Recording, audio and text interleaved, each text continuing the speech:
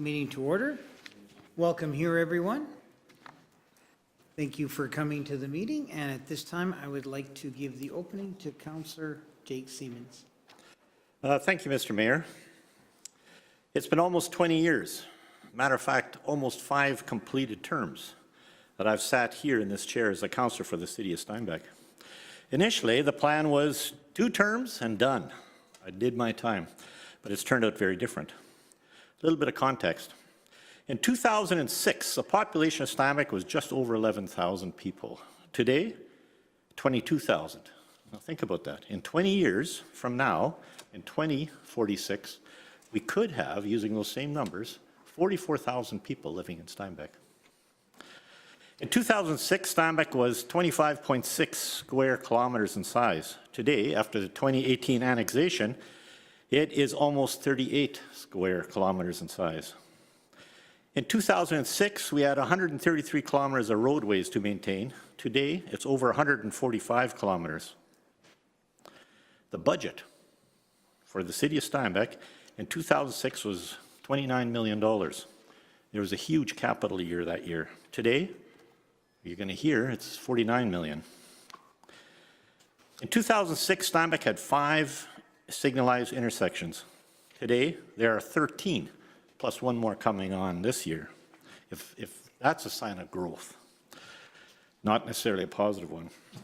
In 2006, we had just over 5,200 private dwelling units. Today, there's over 7,500, which means we built an average of 115 private dwelling units each year for the past 20 years.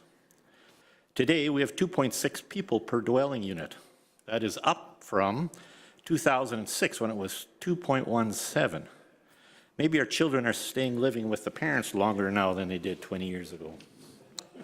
Looking back, it's been an interesting 20 years with many decisions that have affected how Steinbach has grown. Major changes in our thought process, like adding the CBD or Central Business District, change how we see our downtown, or even the friendly annexation of 2,800 acres from the Arma Hanover in 2018. But it did secure land development for Steinbach for the next 40 to 50 years. But back to my time on council. Here are a few lessons that I've learned. Learning the difference between management and governance. In my work life, I worked as a general manager, as an operations manager, as a customer service manager, always managing people and process.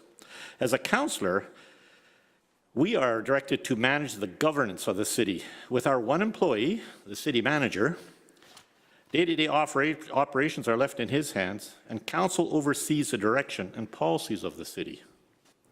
We don't direct, except to 1 employee. How much power? I don't have as a councillor. You know, I have many great ideas, but they are useless if I can't convince at least a few councillors of how good an idea they are. It is a true team effort to get things completed as a city. While council doesn't always agree with the ideas or decisions made, we are still a team and address each other on the issue, not on our differences in our personalities. Understanding the language of variations, zoning, community plan, the various acronyms, bylaws, and how they all relate and work together for a comprehensive plan that council approves and staff have to work with. The language is different. Learning that at each council meeting, someone might not leave happy because they've applied for a variation or some other thing, but another attendee will leave happy. While council generally makes the right decisions, we are not here to make everyone happy, as we do have to work within the policy guidelines that we have created. How to make a decision with information present in the form of council material. I still, after reading all the material handed out, I still have to do my own homework on the issue by talking to the people affected. What I've often struggled with is, how do I listen? Do I listen to the loud minority? Or how do I listen to the quiet majority? Knowing that each word is recorded, I need to be careful with words so as to be clear on the message I want to present. Not only are people listening online, the press is present at each meeting. How I would like to be heard and understood becomes part of how I prepare for each meeting. Looking back, I want some of my decisions back. On my second council meeting in 2006, we heard a request to split a large corner lot. I didn't think it was a good idea, but the recommendation from administration was to approve, plus previous council had approved a number of them in the prior term.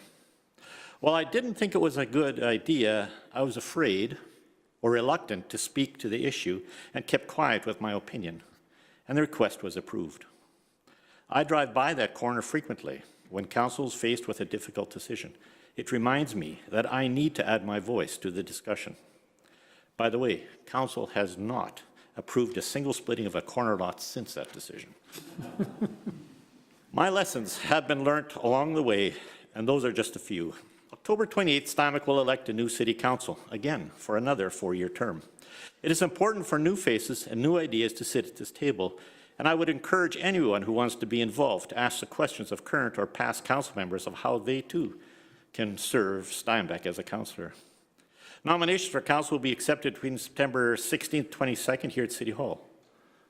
Well, it sounds like there's a lot of time to contemplate running an election. It is important to start thinking about being part of council today and what you think is important for you to bring to the table and continue to make Steinbach a great place to live, to raise a family, to work, to worship, and of course, to ride a bike. Thank you, Mr. Mayor. Thank you, Councillor Siemens. Council, we have the agenda in front of us, looking for a motion to adopt. Councillor Susan Penner, second by Councillor Hebert. Call for the question. All's in favor? Opposed? That is carried. Council, we have the minutes of March 3rd, 2026, regular council meeting. They start on page 1. We've all had a chance to review. Looking for a motion to approve. Councillor Hebert, second by Councillor Siemens. Any comments? Call for the question. All's in favor? Opposed? That is carried. Council, is there any business arising from the minutes? Okay, seeing none. I want to take care of a duty we forgot to do last meeting. I need a motion to excuse Councillor Jake Hebert, March 3rd. Councillor Michael Swagstra, second by Councillor Penner. Call for the question. All's in favor? Opposed? That is carried. It's just past 7:35, so we'll move directly into our public hearings. At this time, I will close the council meeting, open the public hearing, and I will introduce our 2026 financial plan. Mr. Workatine, I trust that Mr. Brian Hararchuk, our finance manager, will be taking care of this, so I will call him to the podium.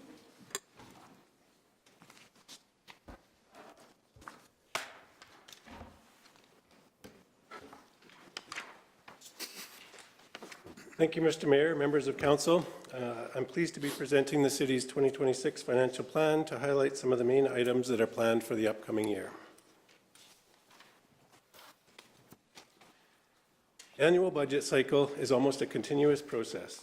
For the 2026 year, it started early in 2025. Throughout the process, input is provided by staff, management, and council.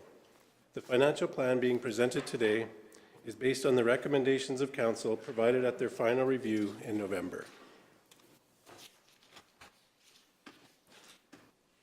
Some of the highlights for 2026 include a municipal mill rate of 14.4 mils, which remains the same as 2025. Utility rates will increase by an average of 3%, while residential garbage collection rates will increase by 3.7%. Fees for permits are up 5%, and land use application fees will increase by 2.5%.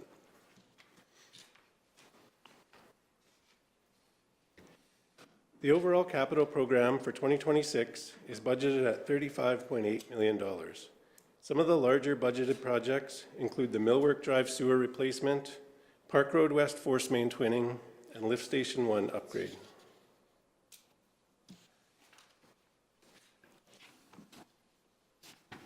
Overall, projected revenues for 2026 are just under $44 million. Similar to other years, property taxes are the city's largest source of revenue, accounting for just over half of the overall revenue amount. For 2026, there was a property value growth of 2.4%. Commercial properties continue to make up about 24% of total property values in the city, and with the provincial portioning system, a lower portion of residential property values are subject to property tax than commercial property values.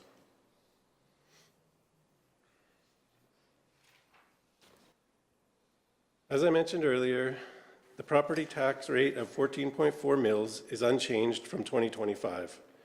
53% of budgeted municipal revenues are from property taxes, with 23.4 million to be raised by property taxes in 2026.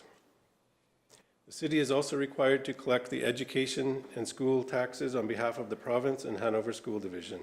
As in previous years, this is projected to make up roughly half of the total tax revenue collected by the city.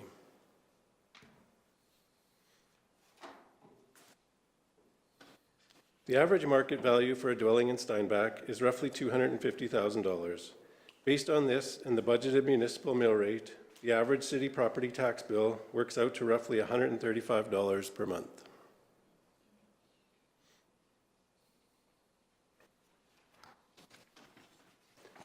In addition to regular property taxes, supplementary property taxes are levied on new construction or where there was an addition or improvement to increase the value of the property. This is expected to provide an additional $730,000 in 2026.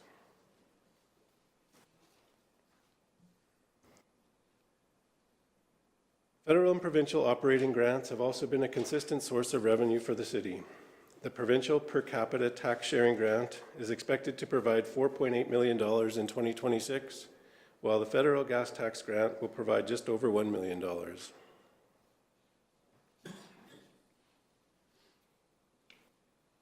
One of the main non-tax revenues for the city is from user fees. These are fees paid by those who benefit from the service provided. Some services compete with the open market, but a number of these rates may be subsidized for programs to be accessible.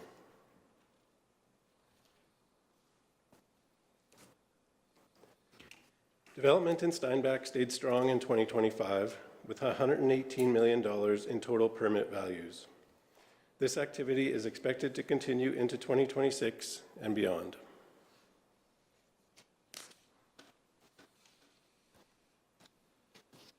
Now we will look at some of the programs that are funded by these revenues. Overall, the expenses are equal to the projected revenues at just under $44 million.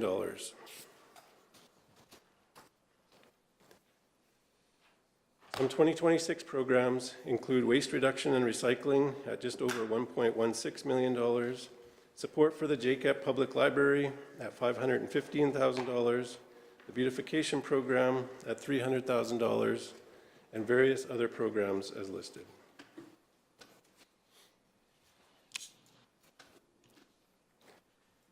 Every year, the city provides grants for various organizations throughout the city.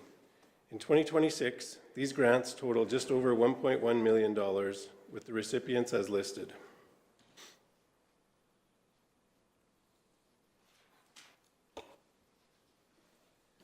One of the largest city expenses is that of our employees.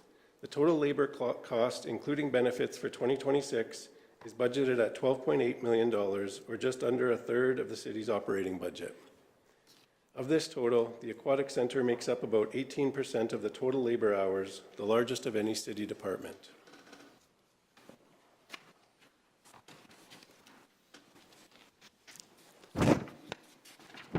Protective services includes 18 RCMP officers, 53 firefighters, and 8 fire trucks, as well as community services officers to enforce city bylaws. The total cost of these services is budgeted at $5.9 million for the upcoming year.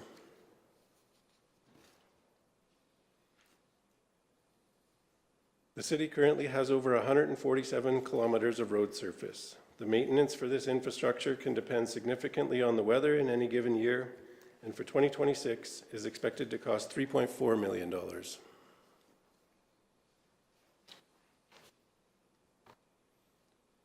Solid waste services.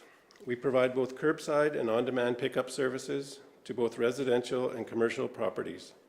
The cost of providing these services is expected to reach $3.4 million for the upcoming year, which is funded by user fees.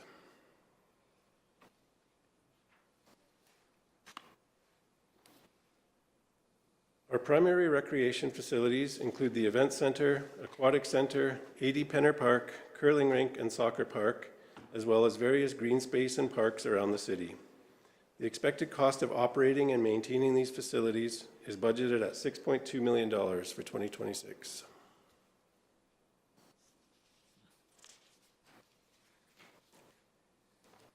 Both the number of customers serviced by the water and wastewater utility and the length of the underground infrastructure network continue to grow.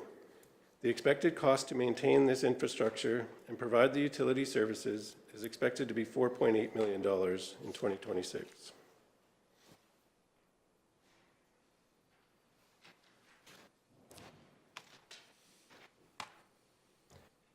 In addition to the typical operating expenses that the city regularly incurs, larger projects also require significant funding.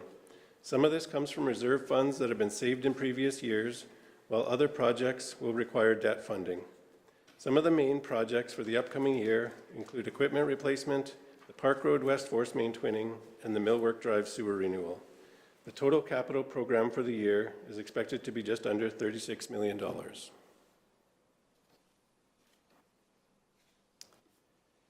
I will now pass it over to Troy to expand on some of the items related to floodwater mitigation that are part of the financial plan.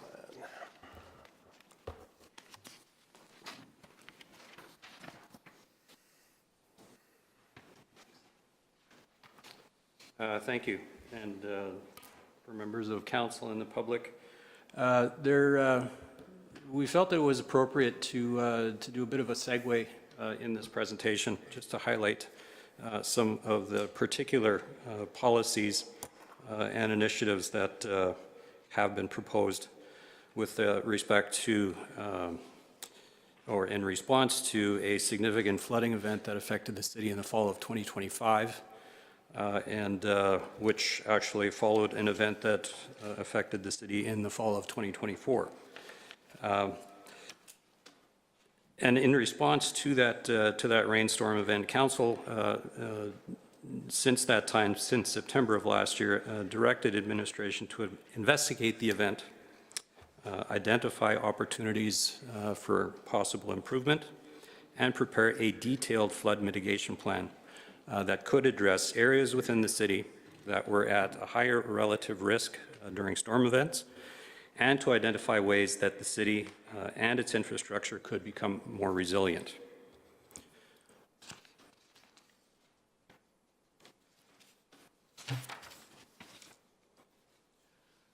So before I begin with 2026, I just wanted to highlight some of the initiatives that were undertaken in 2025, and that was since about the middle of September.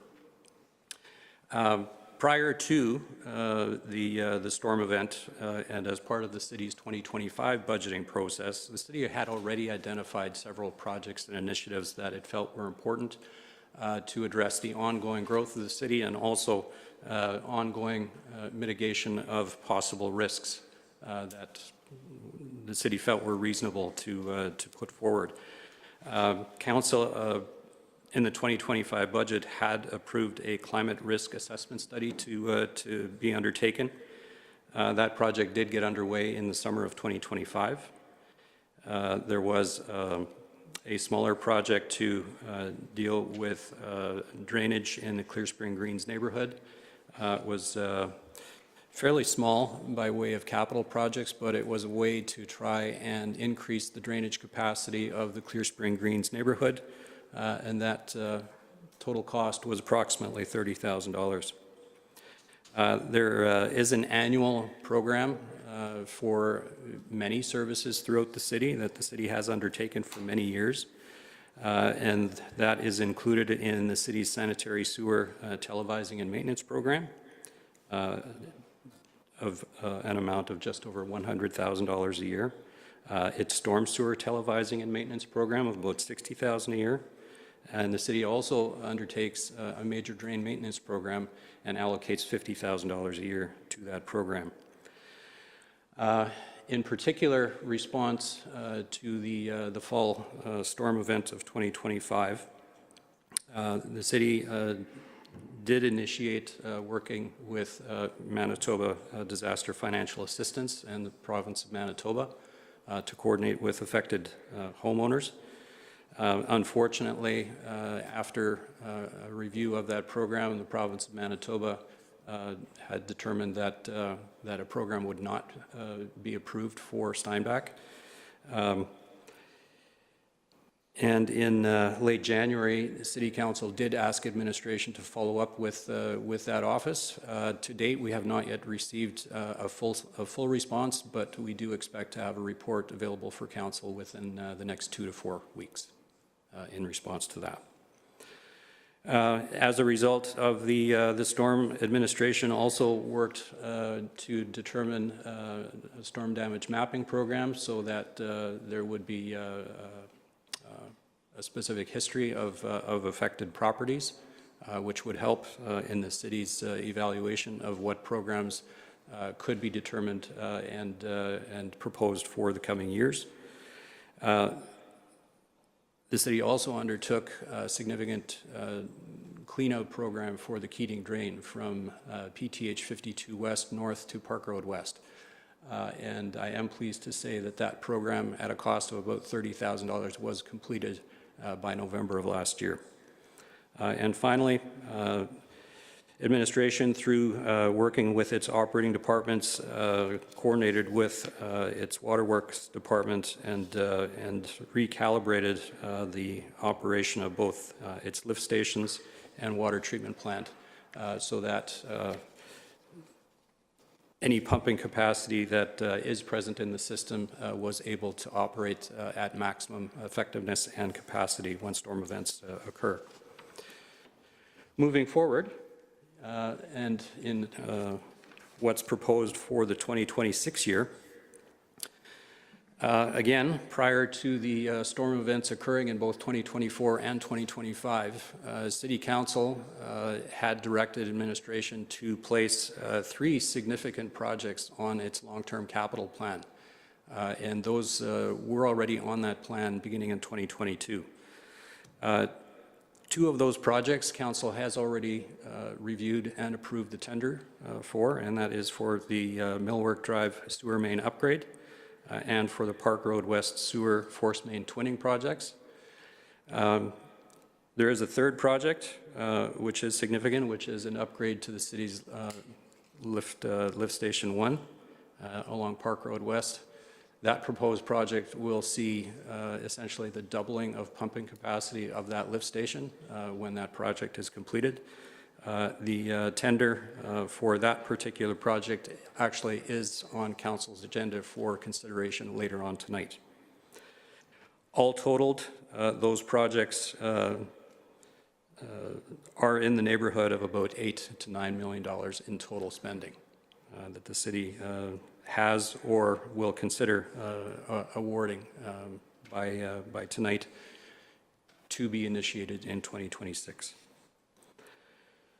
In addition, some projects that City Council has directed administration to place in the budget for construction or to be addressed later on this year would be a program to further improve drainage along PTH 52 East, to undertake a further project to improve drainage along Park Road East in Steinbach. Through discussion and analysis, and as was presented at committee to Council last week, administration also recommended that Council initiate a review of its Sump Pump Bylaw 1674, along with a program to initiate the inspection and possible remediation of private property sewer, sump pit, and septic tank installations as a way to, first of all, inspect and verify the configurations that are present on private property, and to research ways to improve those systems so that when storm events occur, that there is not any undue effluent being pumped into the city's sewer system. And finally, recommendation from City Council was for administration to review a project to reroute the low-pressure sewer line that is currently servicing the the Clear Spring Greens subdivision and reroute that line so that it would, rather than discharging into the Gulfview Crescent sewer line, that low-pressure sewer main would discharge into the PTH 12 North sewer line at the city's north end. That project is still under review by the city's consultants, and we anticipate that a response by the consultant will be provided within the next couple of weeks. And the way the budget has been prepared and direction that council has provided to administration is subject to the satisfactory report coming from the project consultant that the city proceed with the tender process to see that work undertaken in 2026. And finally, excuse me, some projects that were discussed also at committee last week as to some specific programs or projects that could be looked at in the future. That included a review of the city's private property lot grading policy. The city has had a policy in place for several decades. It does get reviewed on a regular basis, and it was seen as an opportunity that perhaps its time has come. There was other projects related to a master plan for the city's drainage catchment areas, a review of the city's basement depth policy, particularly for new construction. There was a concept plan to investigate a possible major drain bypass or water detention plan, and also a program to install stormwater flow sensors at various points throughout the city in its sanitary sewer system. All in,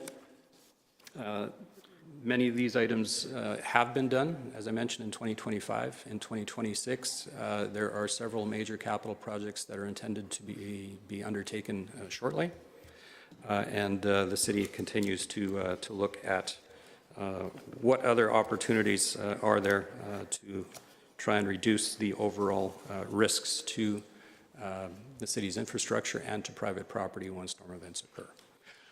I will now turn it over to Mr. Herchuk to complete the rest of the presentation.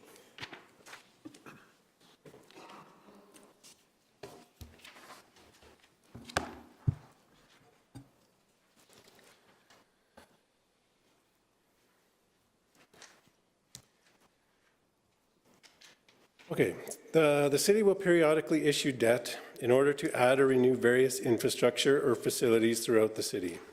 Each loan will fund a specific project. In 2026, 3 projects have a debt component: the event center completion, the fire department ladder truck, and the force main twinning. This is expected to create $7.25 million of new debt, while $3.4 million of previously issued debt will be paid off.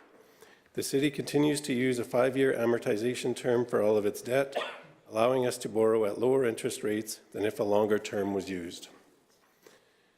Our average interest rate for 2026 is just over 4%, while the debt balance at the end of the year is expected to be $17.7 million.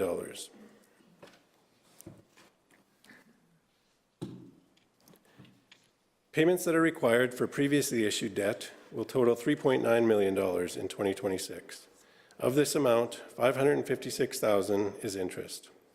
Funding for these debt payments is raised through property taxation, and for 2026, 2.427 mills will be required to raise the necessary funds. This equates to just under 17% of the total city tax rate.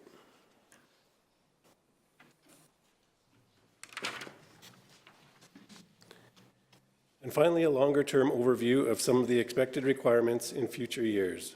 The 2026 program, as mentioned, is currently budgeted at $35.8 million, which includes infrastructure renewal, the force main twinning, and Millwork Drive sewer replacement. Beyond that, programs of $17.8 million, $58.3 million, and $45.6 million are currently estimated for the following 3 years.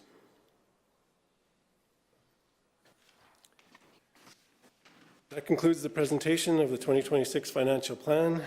Thank you, members of council. If there are any questions, I can answer them now.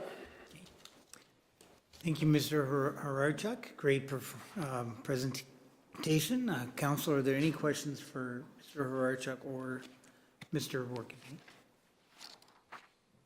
Think you did a good job.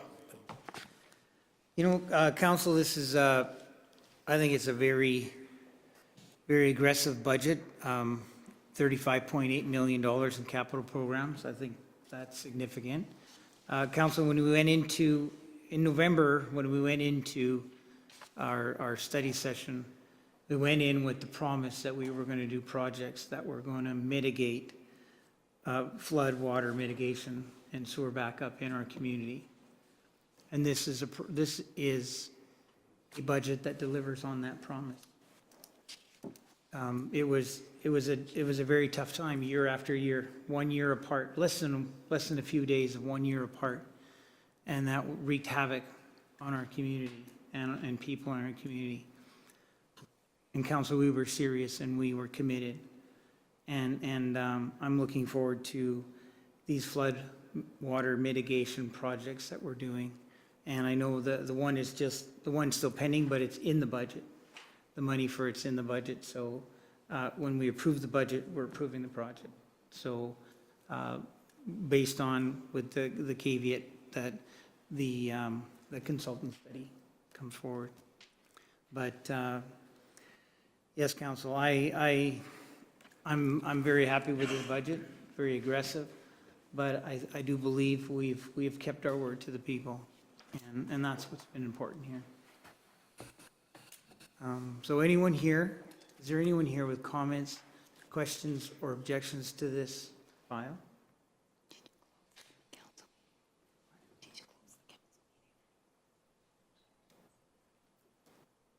I'll ask again, is there anyone here with comments, questions, or objections to this file? Okay. Just for the record, state your name and your address. Perfect. My name is Meg Robinson. I am at 270 Gulfview Crescent, one of the many residents that was affected in the last 2 years and have flooded with sewage over 5 times. We appreciate any word about new solutions like rerouting the low-pressure sewer system from Clear Spring Greens out of the Gulfview Crescent and Georgetown sewer system. We believe that it may have been putting pressure on our sewer system, as we said in past council meetings. So super excited that you're taking it seriously and trying to find solutions. I do have a couple questions, just because I'm not an engineer myself, and I do want to know how these solutions have come to light, if especially the rerouting of the sewer system, if that was a recommendation on behalf of a consultant or an hydrological or municipal engineer. And I do have more questions. When are those proposed changes going to come into effect? We're very worried about this coming up summer, of course.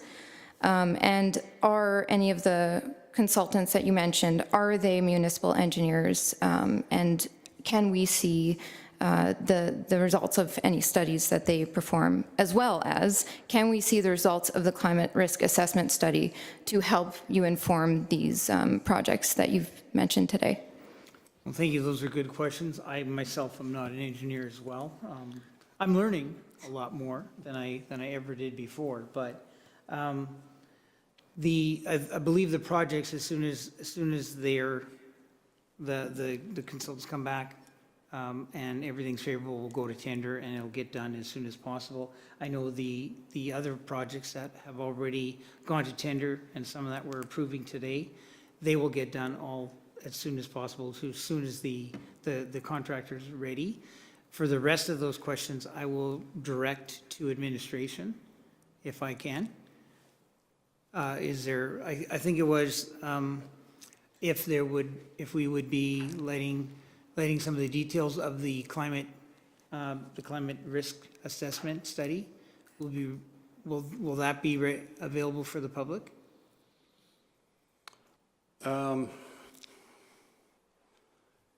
As that particular study was intended to analyze the potential risk across the city, for example, the city regularly conducts a traffic impact study or a traffic count. Typically, those reports are made available to the public, and I would expect the climate risk assessment study would also become available publicly.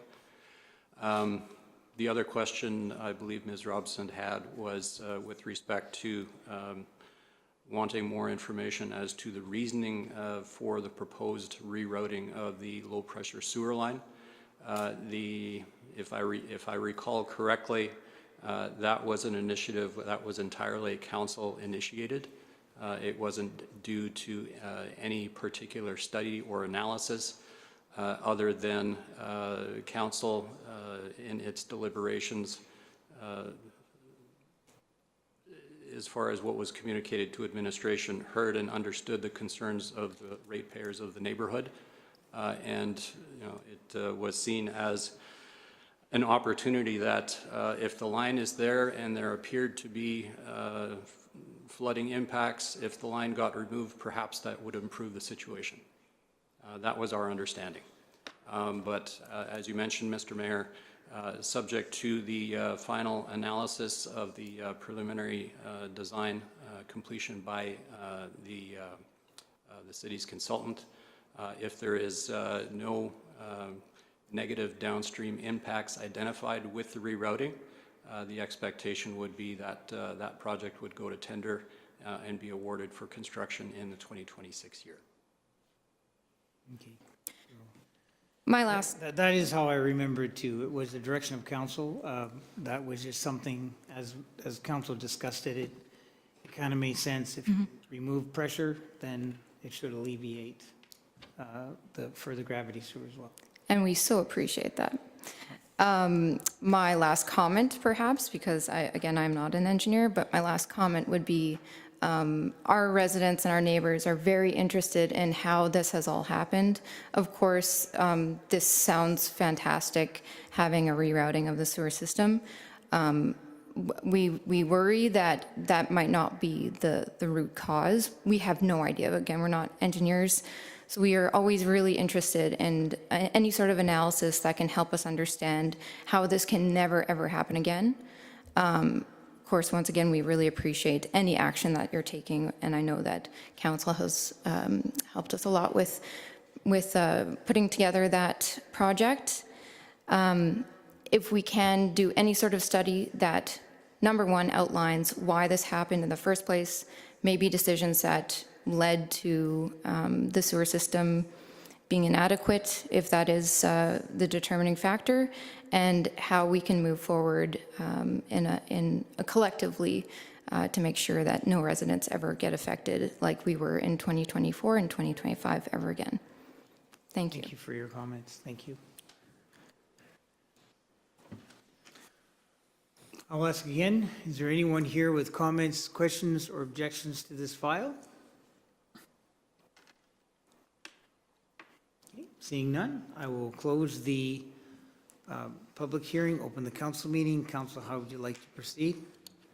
Councillor Penner, Motion to approve the budget as presented?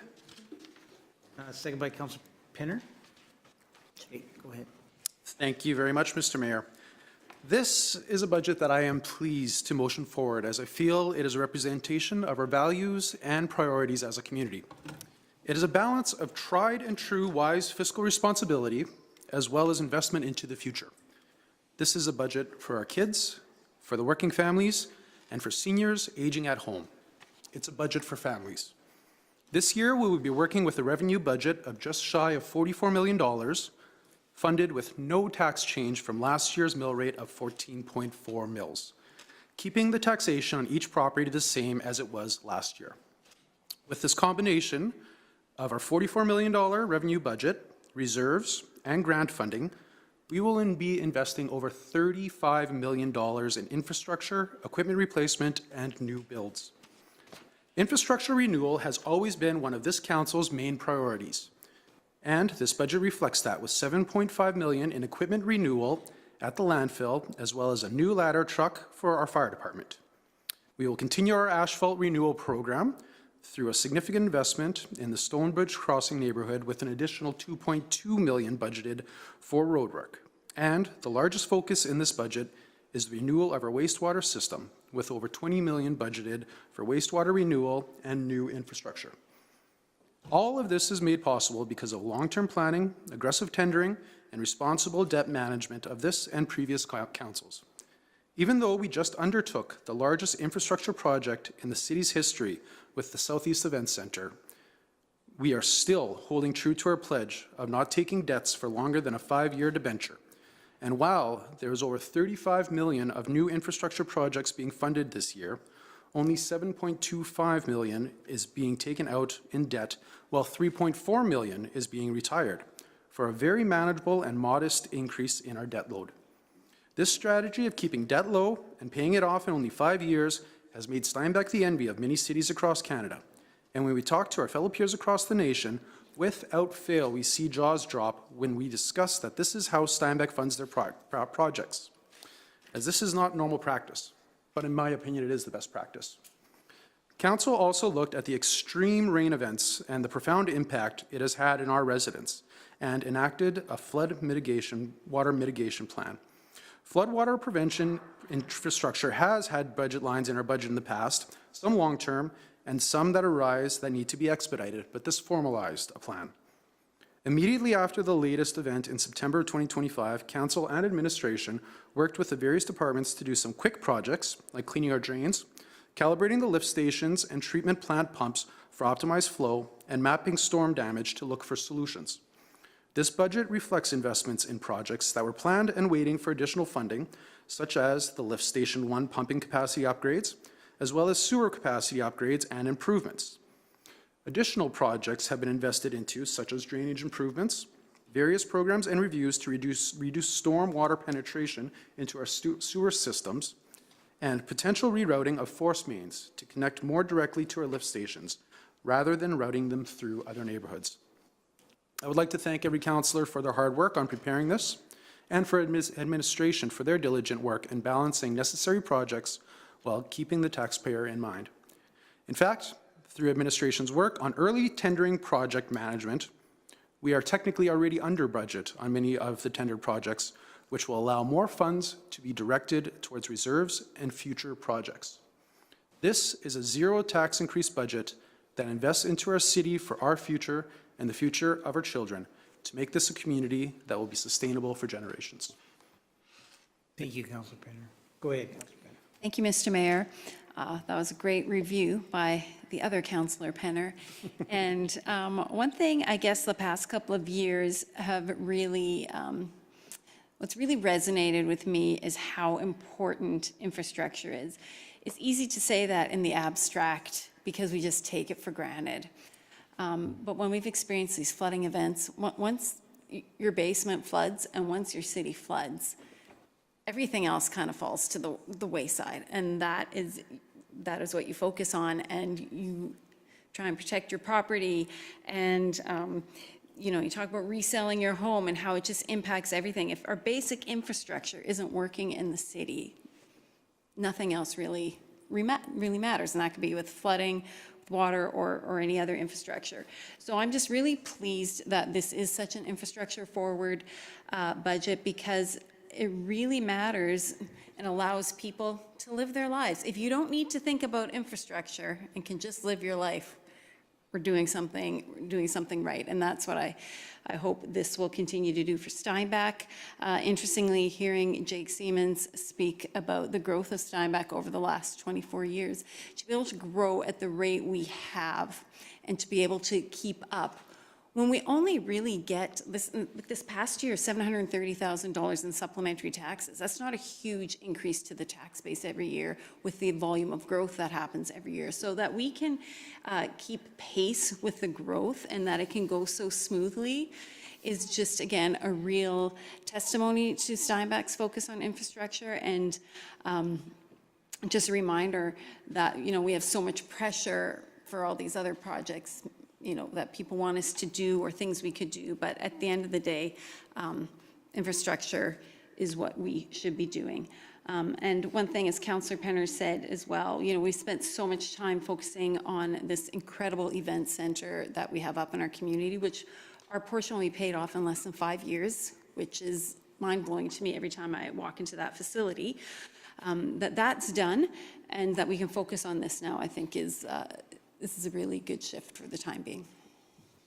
Thank you. Anything further from council? Councillor Schweikser. Thank you, Mr. Mayor. I'm happy to support the budget. I think there's it's a very positive step forward in a lot of ways. As has been noted, we are focusing on infrastructure that has always been a priority of the city, and in this year in particular, we see that just the amount of emphasis that we're putting on it. There is no property tax increase. We are doing this while keeping the mill rate at the same level, because we know that you know, it's tough when taxes go up, and so the fact that we're able to do this without a tax increase makes it all the more positive. We're continuing on with our focus on making sure we have, you know, policing and fire services and all that. That is all continuing on as usual. We're supporting organizations such as the JCAP Public Library at the increased level that we had agreed upon last year, and that is continuing. And I certainly agree with the comments regarding the flood mitigation measures that we are taking. These are some significant steps. Some of them are smaller in terms of things that were underway already, but particularly the proposal to reroute the low pressure sewer line from Clear Spring to discharge not at Gulfview. I think that that is huge, that is significant. And I know that we would always like for things to happen faster, but in government terms, this is lightning speed as far as how quickly this operates. Just in terms of how long it takes to do studies and to get things approved, this is pretty fast as far as government moves in terms of getting some of these projects underway. We'd still like it to be faster, but we are moving as quickly as we can on some of these things. So I think the budget is a good step forward. Thank you very much. Anything further? Go ahead. Not to repeat what others said, but I appreciate the comments from Councillor Penner and Councillor Penner. And absolutely, it is our infrastructure that has been the focus. When I got on council in 2006, that was the focus and has continued to be, and that has shown. I want to go back to the November meeting of council, the study session where we talked about flood mitigation. We spent many hours over those 2 days talking about flood mitigation and what it would look like. We had talked about it previously, but there was a lot more sense of urgency, and I also appreciate the dedication of all of council, especially Councillor Susan Penner, who is maybe most affected of all the councillors here. And it has made a difference, and the passions come out, and that's certainly appreciated. But I do think this budget is a great budget without changing our tax rate. While our assessments go up, so maybe our taxes go up somewhat due to assessment and not because of mill rate. So it is important. This is a good budget, and there's a lot of work that's going to happen in Steinbach. So again, it continues to be in Steinbach, right? There's 2 seasons. There's winter and then there's construction. So I approve of this budget, Mr. Mayor. Go ahead, Councillor Hughes. Thank you, Mr. Mayor. I will also just affirm that infrastructure is very, very important, and part of that infrastructure is maintaining our infrastructure and also making sure that it will mitigate floods and so on.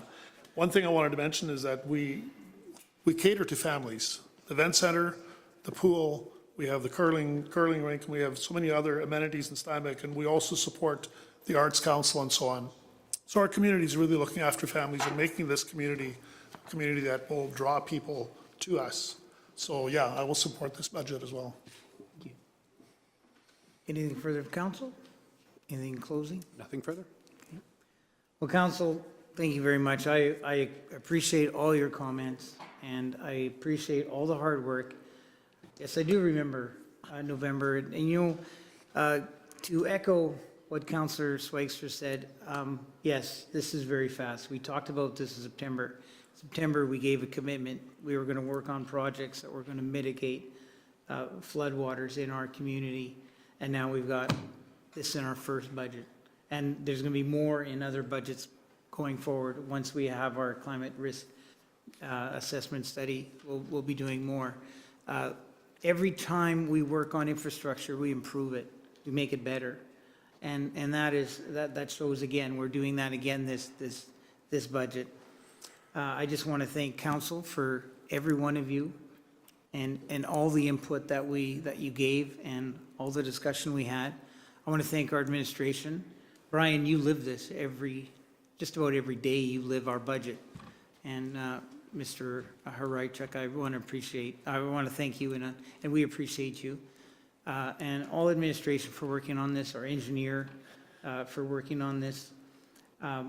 getting this ready so that we could approve this and that we could go forward and take care of our residents with this budget. Call for the question. All those in favor? Opposed? That is carried. We have 6B and C. This is Conditional Use CU-2026-03 and Variance 2026-04. They're both for 185 Friesen Avenue. Council will take them together, and then we will, because the conditional use will hinge on the variance. So we're going to take this all together. I will close the council meeting, open the public hearing. Mr. Warkening, could you please introduce this file? Thank you, Mr. Mayor. I will introduce both of the files, both file CU-2026-03 and variance file V-2026-05, both pertain to 185 Friesen Avenue in Steinbach. The owner of the property is Steinbach Housing, Inc., and the applicant of the conditional use and the variance is Tanis Nickel. Purpose of the conditional use application is to allow the development of multifamily in the C1 commercial neighborhood zone. And Steinbach Housing, Inc. is proposing to develop seniors housing on the parcel pursuant to City Zoning Bylaw 2245. Residential uses in the C1 zone require conditional use approval.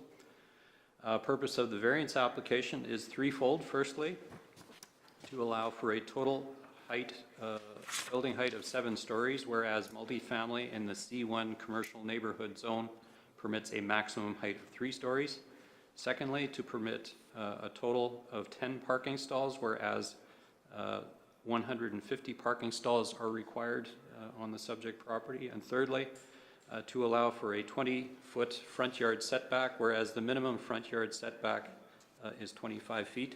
Notices, as are required under the Planning Act, have been issued. There was one item of correspondence that was received at time of preparation of the agenda package, and since that time there has been 2 further items of correspondence to the file, copies of which have been placed in Council's mail bin. With respect to the conditional use application and comments, as I mentioned, city zoning bylaw does require conditional use approval for residential uses within the C1 zone. The subject property is also designated transitional district policy area under the city's official community plan, with higher density residential uses permitted within these policy areas subject to compliance with the city zoning bylaw. And new or infill development in these policy areas should consider the physical character of existing development. A 6-story multi-unit residential structure does exist on the adjacent property at 261st Street, and most of the surrounding properties consist of single-unit residential structures. This property is unique in that there is a caveat registered on the land, and it includes a development restriction condition, as was required by the Manitoba Municipal Board pursuant to a 1989 rezoning under Bylaw 1171. The applicant is requesting the removal of the caveat and the development restriction condition, and council should carefully consider whether the condition and reasoning under which the restriction was imposed remains relevant. And if it does remain relevant, this application should be denied. There is a copy of the development agreement in the council's agenda package. Please refer to Article 9, and that is the clause that relates particularly to the development restriction caveat. However, on the other hand, if council feels that this caveat and condition are no longer required, the caveat and condition removal and the conditional use application approval may be considered by council. And it is recommended that should council approve this conditional use application, that it be subject to a development agreement. Then, to move on to the variance application,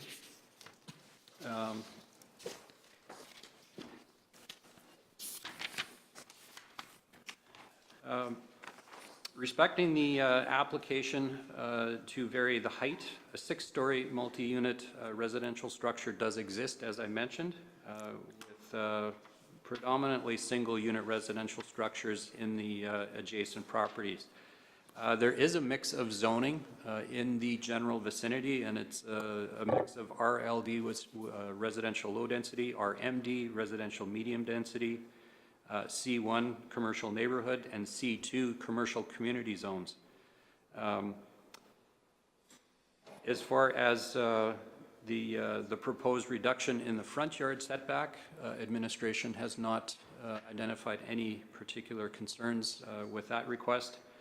And finally, the third component, the required parking stalls for the development pursuant to the city zoning bylaw are considered the minimum requirements for the proposed development to properly accommodate the anticipated off-street parking requirements. This application and its request is a significant reduction, which is approximately 94% of that which is required. And further, the proposed development will require a minimum of 5 accessible parking spaces.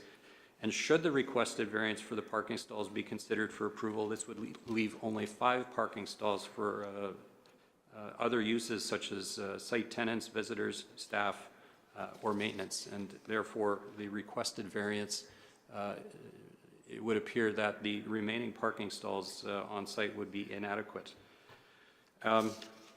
There are several options that council may want to consider as far as a response. However, the recommendation from administration is for both the conditional use application and for the variance application that seeing as there appears to be insufficient evidence to support the reasoning for the reduction in the parking stalls, recommendation from administration is that unless this information is provided to council's satisfaction, that council adjourn the public hearing and reconvene the hearing and render a decision for the entire file for both the conditional use and the variance application at a later date to be determined.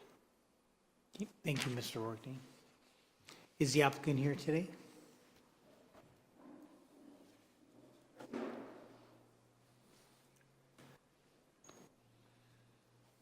Hi.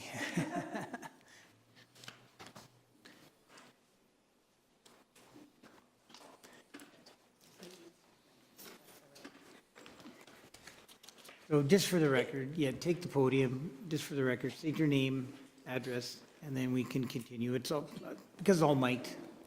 We've got all night. My name's Alison Drieger, and I am a land use planner.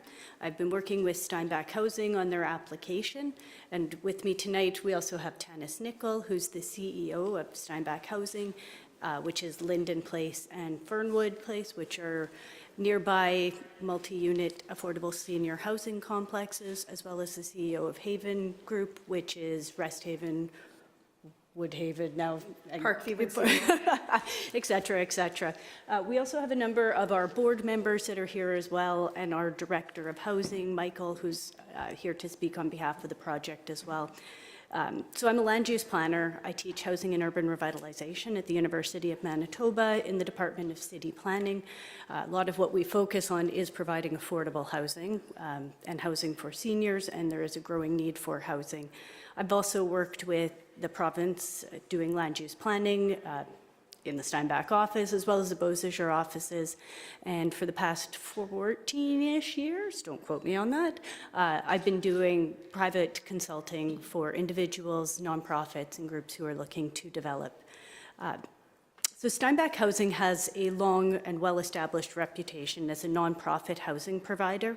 They provide high-quality, affordable housing in Steinbach, and they're dedicated to providing safe, adequate, and affordable independent housing in a Christian environment for seniors. Steinbach Housing's mission is rooted in their belief that everyone should have the comfort of a safe, affordable home with a welcoming community of seniors.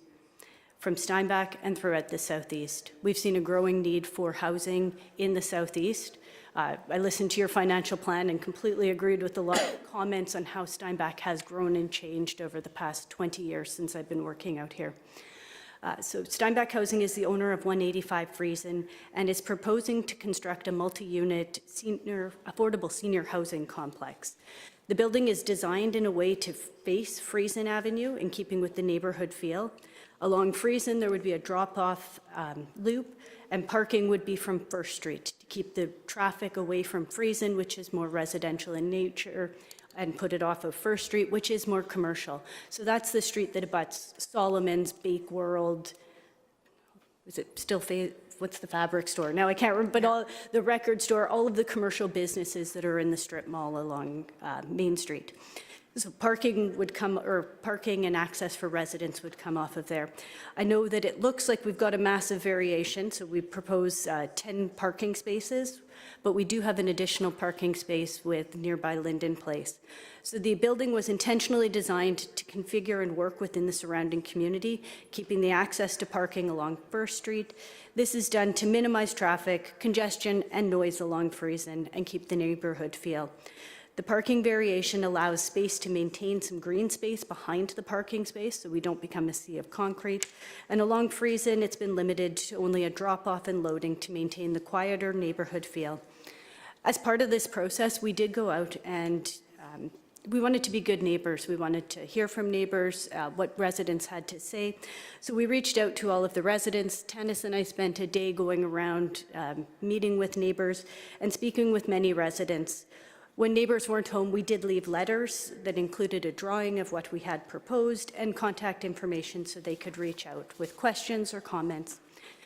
Overall, much of the feedback that we heard from individuals we thought was positive. Several individuals asked if they could move into the development, and we also heard from some neighbors who said, you could buy our house. So there were individuals who were excited about the project. We also did hear from some people who appreciated the green space and the ability to walk through the lot. We found this was helpful in order to try and design it to keep some of the green space that was left behind the parking and to maximize the height of the building so that additional space could be left as green space. So in our conversations too, what also came up is that we clearly heard there is a need for affordable seniors housing that's close to shops, that's close to services, to the businesses that are there. These seniors can walk to Main Bread and Butter, they can walk to grocery, they can walk to the optometrist, to their lawyer, to the other shops and services that are there. With this in mind, it also gives seniors a place to, we designed it so that seniors had a space to gather, to connect, and to support one another in a concept that creates a space where individuals' social, spiritual, and community needs are met in a supportive environment. As Mr. Workington stated, multifamily housing is a conditional use in the C1 zone, which is the first reason that we're here. The property is directly behind Linden Place, so they abut Linden Place, which is an existing multi-unit affordable seniors housing development, also owned and operated by Steinbach Housing. The site is in close proximity with shops and services, community amenities, which makes it a natural place for seniors housing where residents can easily access their daily needs without relying on transportation, heavily on transportation. The location is an appropriate transition between Steinbach's historic commercial Main Street, the surrounding residential neighborhoods. It includes, the neighborhood already does include several multi-unit buildings, such as Linden Place, Fernwood Place. There's been a number of new commercial buildings, both to the east and to the west as well, in the condominium developments. Allowing the conditional use would support a form of development that's already well established in the surrounding area, while providing additional much-needed seniors housing in a central and accessible location. In response to the parking variation, we recognize it might seem significant at first. As a nonprofit housing organization with a history of providing affordable seniors housing, we want to provide some context based on our own experience operating nearby properties. Fernwood Place, which is located 1 block away, contains 136 units. It has 68 surface parking stalls and 20 garages. So that means that Fernwood has a supply of 88 parking stalls for 136 suites. This is below the current zoning bylaw. What is important in this is that of the 68 surface stalls, 17 are currently unused, which means that we have 51 surface spaces for the 136 suites, demonstrating that the parking demand is significantly lower than what is required. Based on the total surface parking supply that's used, Fernwood operates at approximately 0.37 parking spaces per unit, so approximately 1 parking space for each 3 unit. Steinbach Housing also operates Linden Place, which directly abuts the subject property tonight, 185 Friesen. The site that we're talking about, Linden Place, contains 33 suites and 43 parking spaces. Of the 43 parking spaces, only 11 of those spaces are currently used. This represents a parking ratio of approximately 0.3 parkings, or 3.3 if we want to be exact, parking spaces per unit, or 1 space for every 3 units. The development at Fernwood includes a maximum of 91 units with 10 parking spaces, which is lower than the ratio observed at the other nearby properties. To ensure that there is sufficient parking, we will enter into a parking sharing agreement with Linden Place that will allow the new development at 185 Friesen to utilize available parking at that location. Through this arrangement, the total number of available parking spaces for the new development increases from 10 to 42 for the 91 units, resulting in an effective parking ratio of approximately 0.46 parking spaces per unit. Based on real-world parking data from our nearby comparable properties and our track record of managing affordable seniors housing, and I'm using the term broadly, this is Tanis and the boards, we're confident that the 0.46 units will adequately meet the needs of residents while ensuring the site remains efficient and well-designed. In addition to data from comparable properties, it's also important to recognize broader trends. There's been a gradual shift away from reliance on the private automobile due to environmental considerations, changing transportation patterns. The proximity of this site to the shops and services and community amenity further reduces the need for parking and reliance on the private automobile. In addition, seniors housing typically requires fewer parking spaces, as many residents do not require a personal vehicle.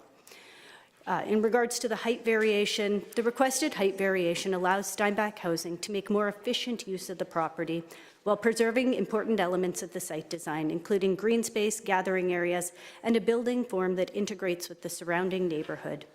Rather than expanding the building outward and increasing the overall footprint of the development, the overall height allows the project to accommodate more residents within a compact design.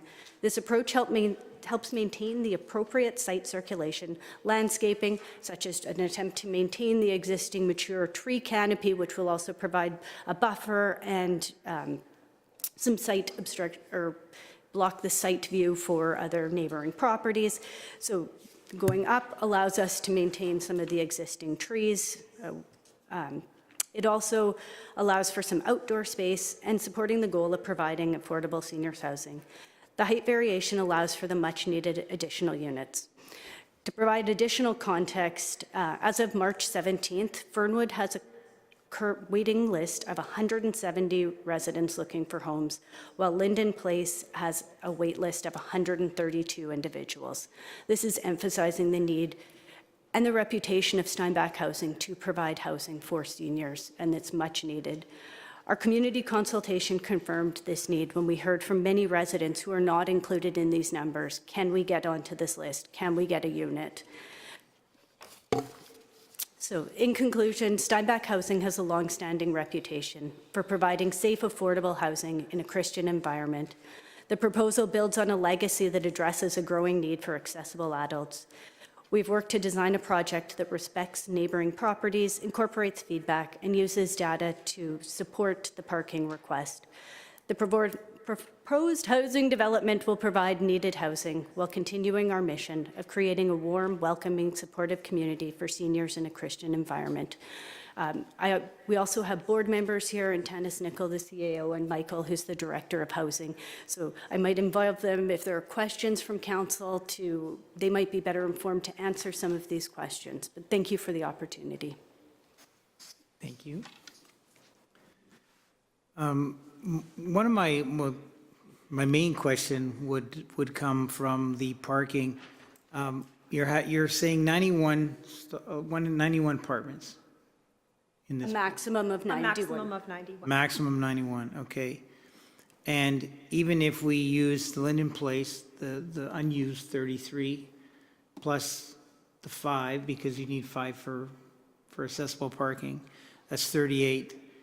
That still falls short of the 88 per the 136. Like, do you have more evidence that would support it on this lot? Like for the Friesen Avenue lot? Like, I mean, you showed some evidence that what you have from what's already going on, but what is going on on Friesen? Even if we give you, there's only 38 spots where you need, technically, the minimum we require would be 150. What is the evidence that 38 is going to be enough? Okay, sorry, we have 136 suites at Fernwood. Yeah, and you have 88 parking spots for. Right, and then if you take away from the 88, the unused ones, then that reduces what's been shown in terms of the parking spaces that are used, is that what we have exceeds what is needed at this point. Okay. So looking at the number of spaces that are used in both Fernwood and in Linden, it's looking at like we need 1 unit per, 1 parking space for 3 units. And for Fernwood, the numbers were a little bit higher, but we had math was not my strong suit. Okay. I purposely didn't take any math classes in school. But we had I'm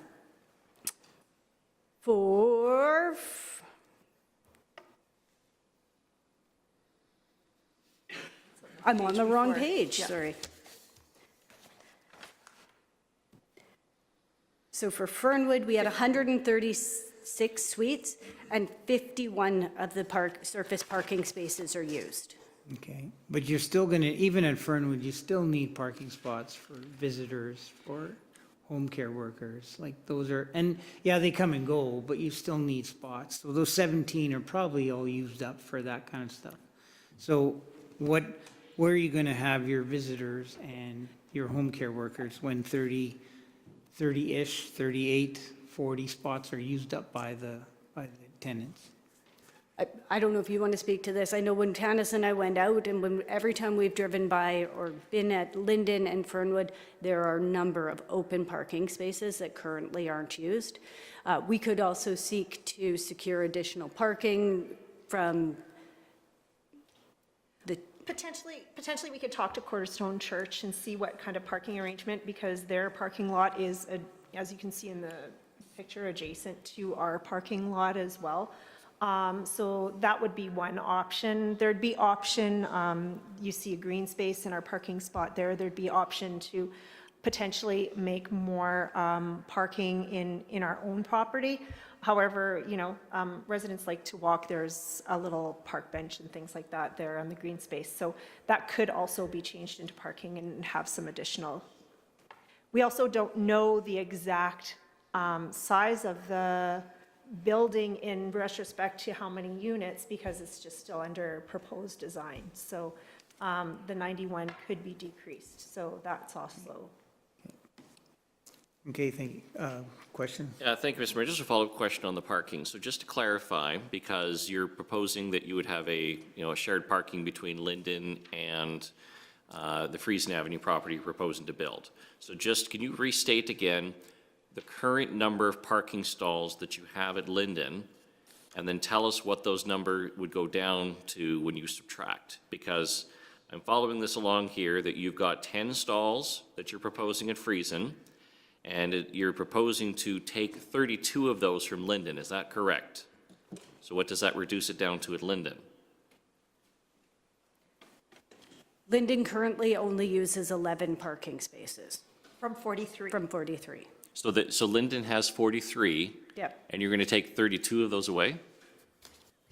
Or are you, I'm just, because No, you're we saying could- it's going to be shared between the two. You've only got 10, and you say you're going to get it up to 42. Right, so we could use the 33 unused at Linden. So that parking lot was just made all into parking lot, for lack of a better term, just to use the space at that time. So then that would reduce Linden's total parking to how many stalls again?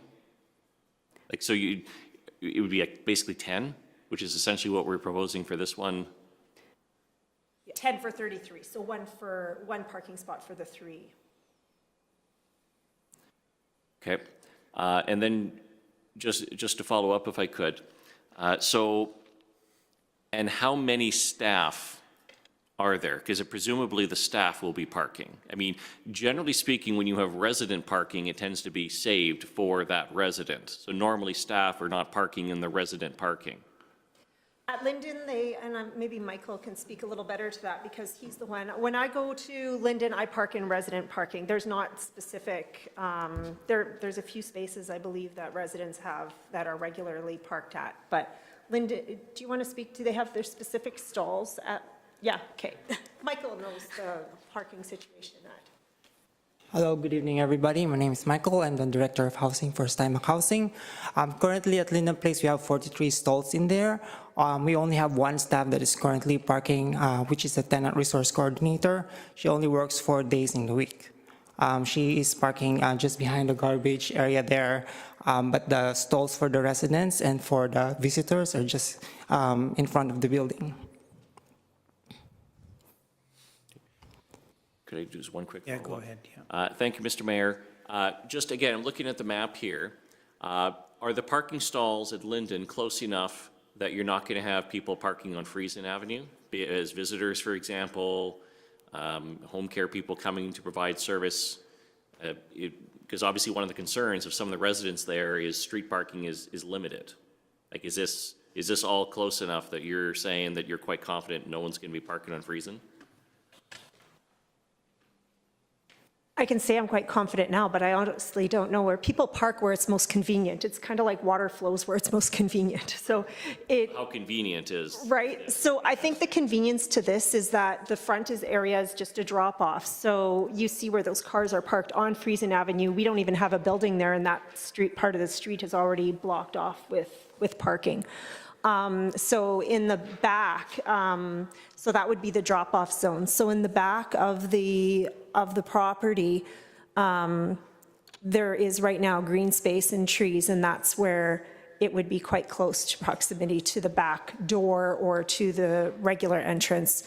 I think that there'd be a lot of planning that needs to get done, but where do you find closer parking? I know that it would be ideal if there was some sort of nice not underground, but main floor parking, but then of course that wouldn't be affordable housing for in that area.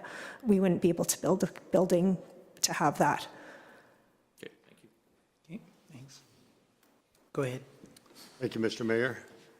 Further to the mayor's comments on Fernwood, not a place that I frequent, but I happened to be there 2 weeks ago, and the parking lot was completely full and 10 cars had to park on the street.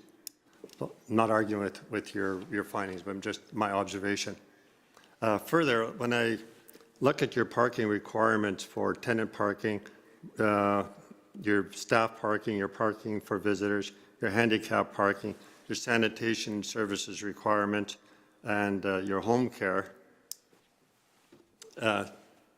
Councillor Swagstra asked you a question on how many staff you're going to have, and I don't believe that you addressed that, but I'm just wondering how you came up with the number of parking spots that you figure that you can live with.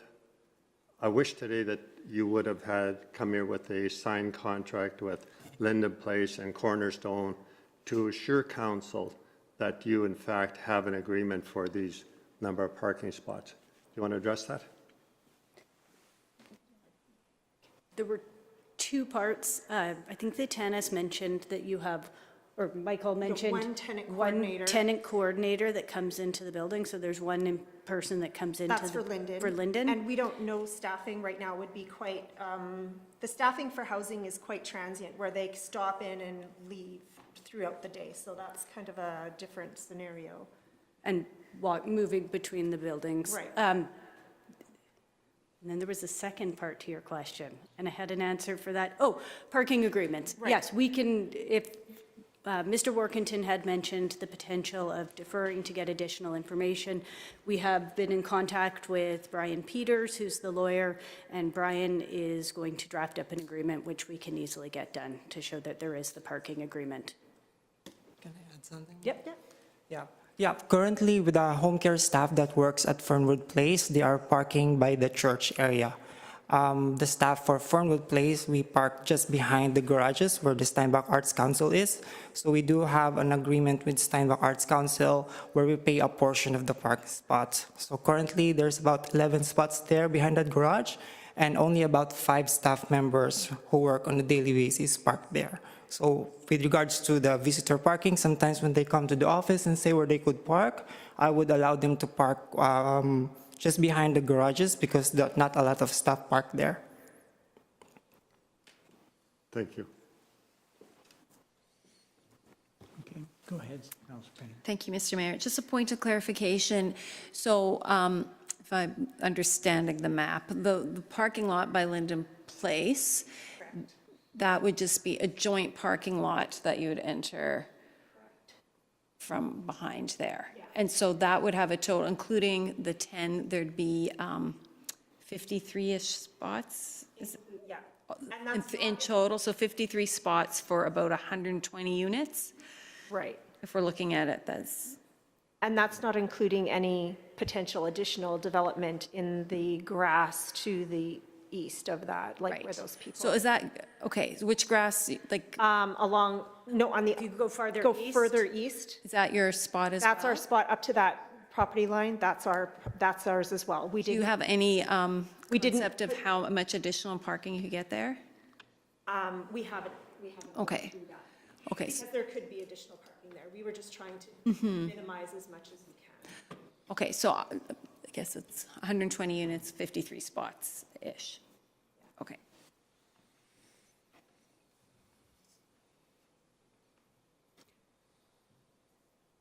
Okay, any other questions of council? Go ahead, Councillor. Thank you, Mr. Mayor. Just to help my mind kind of get around the movement of individuals in and out of the building, how frequently do individuals living at Fernwood, for example, have home care come to an apartment? I guess are we talking, I know it's a very hard thing to quantify, but are we talking maybe 10 visits to the facility a day, 20, 30? We have home care staff on site at Fernwood and at Woodhaven.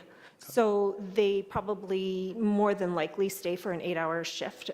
So it could be up to, it depends on their block care. And then if you're getting into healthcare needs, it all depends on the needs of the residents in the building. So the home care, sorry, Mr. Mayor, if I can follow up? The home care that individuals would be receiving is more from staffed employees as opposed to private organizations? More than, normally it's from Southern Health staff. So they get home care through Southern Health staff, yeah. Can I add something? Yep. Go ahead. Yeah, well, based on with my conversations with the home care, there's always like 2 staff that works on a daily basis. They work 8-hour shifts, but some of the tenants there, they have home care from different organizations that come. They just park, they do like simple medication stuff to the patients, and then they just go away. So that's how it works with home care at Fernwood Place. Okay. Okay. Anything further of council?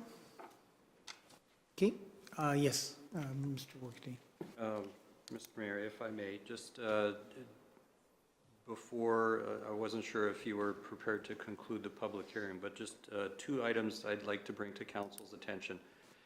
On the variance file report from the city engineer, he did highlight that based on the concept plan that was provided by the applicant, while the concept plan does show a total of 10 parking spaces on the proposed lot, there is a matter of the proposed garbage collection and garbage bin area.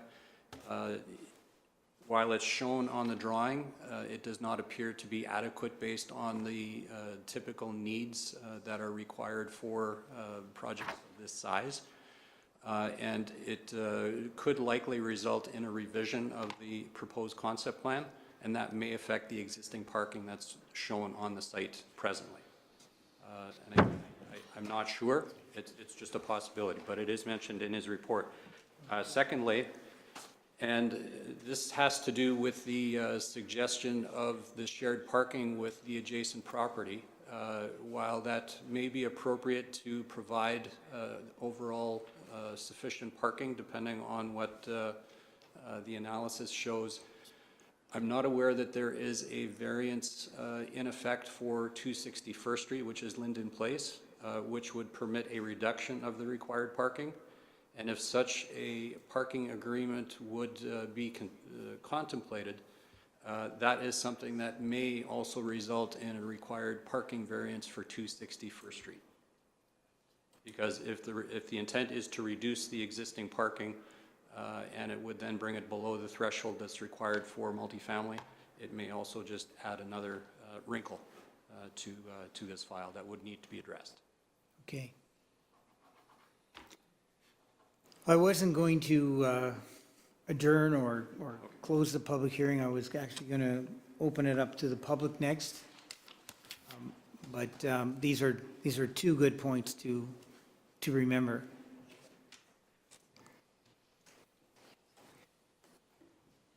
Is there anyone here with comments, questions, or objections to this file? Go ahead. Again, I'll just ask you to state your name and address and then continue. Mr. Mayor, my name is Royden Lowen.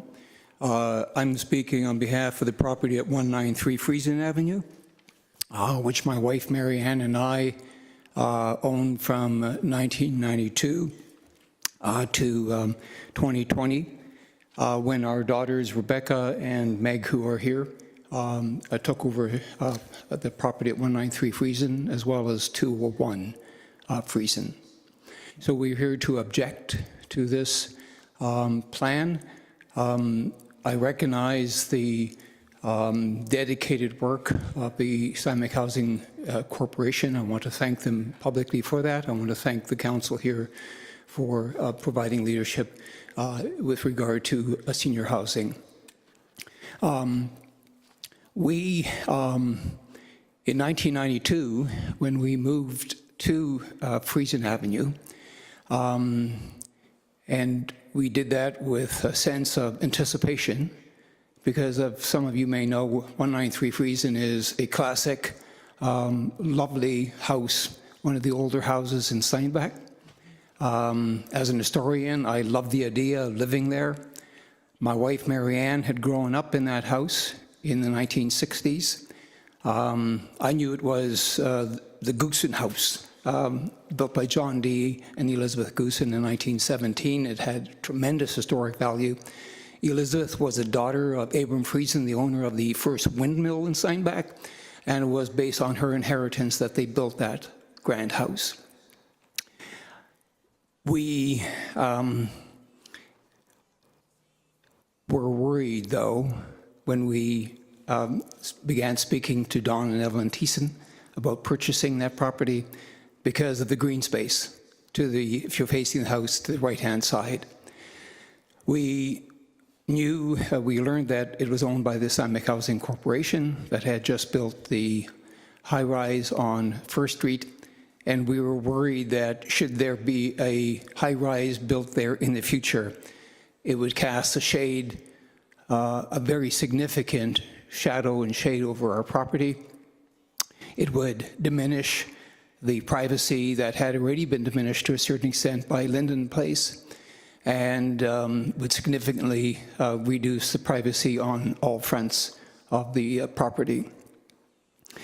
At that time, in terms of due diligence, I contacted a council member who I knew, Dwight Reimer, who I believe may have been deputy mayor at that point.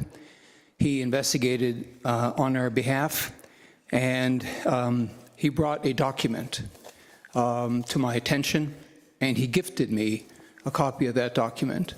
And with your permission, Mr. Mayor, I'd like to reference that document. It is an agreement between the town of Steinbach and the Steinbach Housing, Inc., dated October 16th, 1989. It is a 5-page document. It's signed by the town mayor, Ernie Friesen, at the time, and the secretary treasurer, as well as William Lepp, the chair of the Housing Corporation, and another signature. It is 5 pages long, so I won't go through its in depth, but I would like to highlight Article number 9 in it, which I will read in its entirety. And then I would like to read the first part of Article 10, and I'd like to read the concluding paragraph. Article 9 reads, "The owner hereby covenants and agrees," and I'll just stop at the word covenant. I looked it up in the Webster's Dictionary. Covenant means more than a contract. It means a solemn promise. The owner hereby covenants and agrees that the most northwesterly 190.9 feet in depth of Lot 30, Block 2, Plan 10121 in the town of Steinbach shall not be used for access to the site or for parking or for any other use ancillary to the development on the site other than as green space.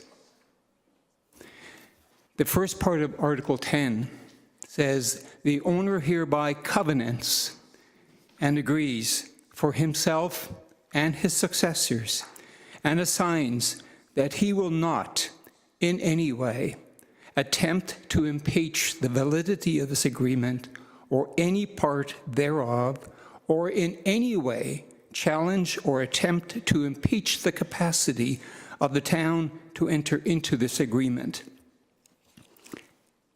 And I'll leave it at that.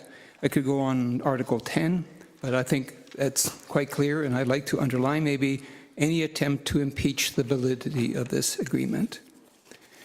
And then the concluding paragraph, "It is understood that the covenants herein contained shall run with the land, and this agreement will be registered by way of caveat against the owner-owned lands, so that all future owners of the land will have knowledge thereof and will be bound by the terms thereof." Signed by, again, the mayor and the Housing Corporation chair. When Councillor Reimer brought me this document, I was relieved. We could now go ahead and make a bid for this purchase. I asked Solomon Budala, who was a real estate agent at that time, to come and evaluate the property. And he said the price that Don and Evelyn were asking was a bit on the high side. We'd be paying a premium for it, but if we were crazy enough, go for it. Well, we were. We loved that house and that property, and we bought it, I think, for $90,000. We moved to Steinbach. We integrated into Steinbach. Meg and Rebecca attended Elmdale School. Our son, Sasha, was in grade 1. Marianne taught piano in that house. She was a member of the Steinbach Arts Council. I got involved. We began attending the Steinbach Mennonite Church. I was involved, in fact, I was on the City of Steinbach Heritage Committee for a while.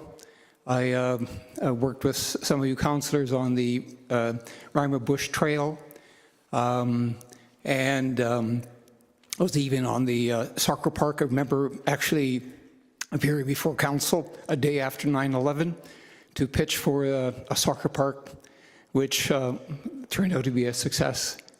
We loved Steinbach. 6 years after moving, based on, again, this agreement and our confidence that this would be a pristine place to have this jewel of a house, we spent as much money doubling the size of the house. We asked Brent Fraze, who was our carpenter with the Krentz brothers. Brent had studied architecture. We said, Brent, can you design a house, an addition, that'll be in conversation with the old house to make it a beauty and a gift to the city? And he did. A year after that, we had a very devastating house fire. Some of you may remember that. I remember a day after the house fire, lining up, as we did in those days, to rent a movie. And there was a burly young man behind me, and he said, "So you had a house fire?" I said, "Yeah, who are you?" He said, "I am the firefighter who got to put on the asbestos suit to get into the basement. I killed those angel flames on the ceiling. I saved your house." I wanted to hug that guy. The insurance company spent $200,000 refurbishing that house at that time. In 2012, 201 Friesen came up for sale, and again, on the confidence that this was going to be a neighborhood with a green space, we purchased that house. And then in 2020, we handed the houses over to our daughters, who are committed to maintaining the historic value of these properties. We feel that a 7-story building next to these properties would be, well, devastating is a strong term, but would be very saddening for the residents who live there now. Neil and Rose Rempel have lived in that house for 10 years. They live there for the very express purpose of living in a vintage house. And we are committed to maintaining that integrity. We are committed to maintaining the integrity of the green space. And as a family, we would love to get into conversation with the Steinbach Housing Corp to turn the green space into a real park and contribute financially in a very meaningful way. So that there will be high rises built in the inner city of Steinbach. This course, that Steinbach's a progressive, we've heard nothing, but that Steinbach's progressive. It loves infrastructure. It loves taking care of its citizens. And there is a core that'll rise. And as a family, we would love to see this green space turn into what it could be, and that is a marquee park for the people who live on the west side of Main Street. Lots of green space on the east side. And to have children here in play structure and elderly people on park benches and trees planted. They say the best time to plant a tree is 25 years ago, or maybe 1989. Maybe the second best is the spring. And we would love to enter into a friendly discussion with the Housing Corporation to see that happen. And recognizing that this is a progressive town and things will change. But let's not make one of the things a green space set aside a generation ago by forward-thinking council members, that every self-respecting city, right? You got Central Park in New York, you got Hyde Park in Chicago. We need green spaces, and we need really marquee parks. And again, we would love to work with Steinbach Housing to see that the promise of this green space fulfilled. And we beseech you to consider the solemn covenant that was signed by the city and the Housing Corporation in 1989 in your deliberations. Thank you very much. You want me to stand here for questions? You know what, are there any questions? Council, thank you. Is there anyone else with comments, questions, or objection to this file?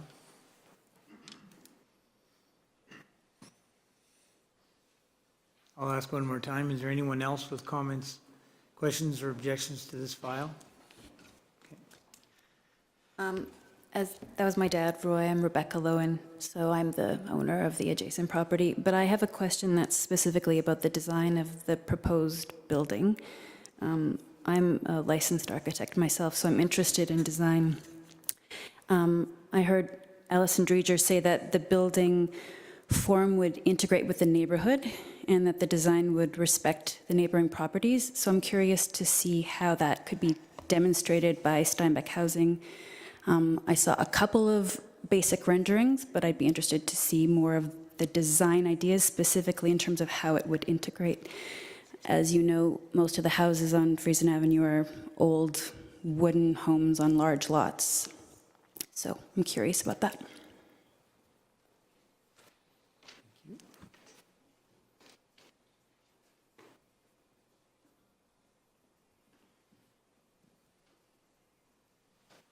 Okay, Mrs. Lowen, what we'll do is I'll collect all the questions and then we'll give the applicant a chance to answer them afterwards. Is there anyone else with comments, questions, or objections to this file? I'll ask one more time. Is there anyone else with comments, questions, or objections to this file? Okay, seeing none. I'll call the applicant back to answer the question that was asked from Mrs. Lowen? In regards to designing it to fit with the neighborhood, it was in terms of the building facing Friesen, keeping that street as being respectful, to mitigate traffic down that street, directing traffic off of First Street, making sure that we were using the front and the back, similar to the other houses that we're doing, building up instead of building out to reduce the footprint on the lot so that we had larger side yards and a larger rear yard to keep some of the green space in there. In terms of actual design of the building, I mean, we need to know first that whether or not we can build a building before we get firm design. In terms of entering to a development agreement, we can look at some of the design issues at that point. Okay, thank you. I think that was the only question. Council, I do have, I still have some questions about the parking, and I don't know if we're going to be able to get them answered today. I'm kind of looking at the recommendation from administration, recommendation 4, of recessing the public hearing and setting a date and asking the applicant to come back with more concrete evidence on exactly how they're going to handle the parking on that lot, and how they're going to meet the reduction or meet the demand for parking. Council, how do you feel about that? Councillor Schweikes. Thank you, Mr. Mayor. I will make a motion that, as per recommendation number 4, that we adjourn the public hearing and reconvene at a later date to be determined. And I'm certainly open to administration recommendation on the timeline of that. But we'd need a seconder first, but I'll put that out. Okay. Yeah, just as far as the timeline, I think our city planner had suggested April 7th. Could you get that information back by then, or do you need till the 21st? 17th or 21st? The 7th. 7th or 7th or the 21st of April. We can reconvene this meeting at that time. The 7th might be tight. The 7th might be tight, the 21st. 21st. 21st? Yeah. Okay, so the 21st in your motion? Okay. Okay, go ahead. Thank you, Mr. Mayor. I think that we've heard a lot of information today, and some of the questions have been answered.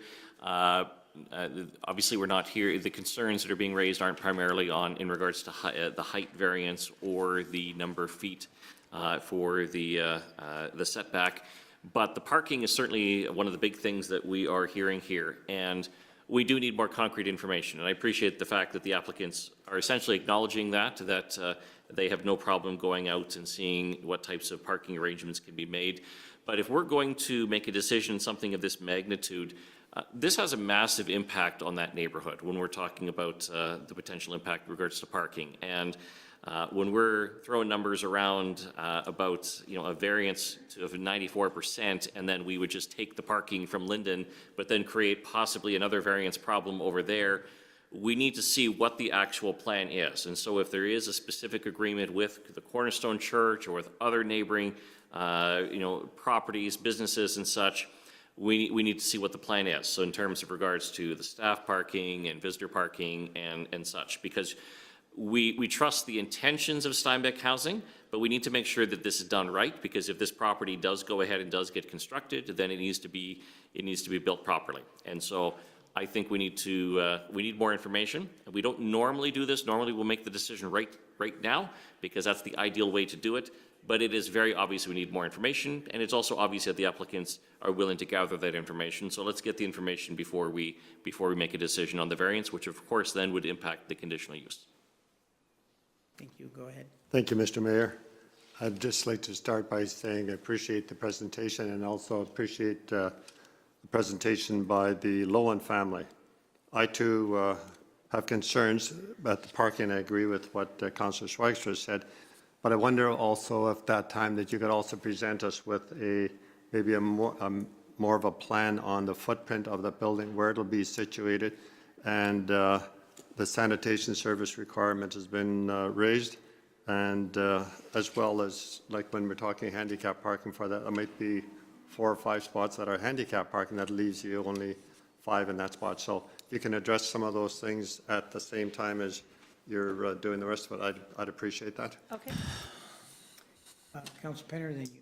Thank you, Mr. Mayor. I don't know that that's a reasonable request by Councillor Hebert, as how much money and time do they want to put into the footprint and design if they don't know if the project's going forward or not. So I'm not quite as concerned about that. I really like the idea of the project. We need housing, and you do just a great job of housing in our community. So I just want to make sure that, you know, we're addressing some tough questions here. But for me personally, it's not questioning what you guys are doing, and we need a project like this in the community. This is a significant parking issue, obviously, for us, and I'd also like to get more information at a further time also on the agreement that was made in 1989, and just try and get a better understanding of that. So maybe that is something we can even discuss at some point, so I can have a better understanding of that. But I will support the motion to meet or reconvene in April. Thank you. Councillor Siemens. Thank you, Mr. Mayor. I don't agree with the motion at all. I think that we can make a decision. The parking issue is confusing, and it should have been dealt with before this meeting. We shouldn't delay the hearing because of the parking issue. It's confusing, and I could speak to the parking issue, but that's not what's important. What's important is the bylaws 1171 from 1989. There is a caveat there. Council of the day did make a decision, and that was part of the decision. That was also part of the requirement at that time. When you built Linden Place, they had to set aside X amount of green space. That was part of the agreement, and we need to honor that agreement.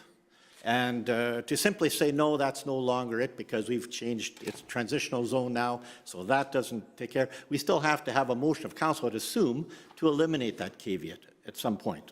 Or maybe we even have to go to a public hearing.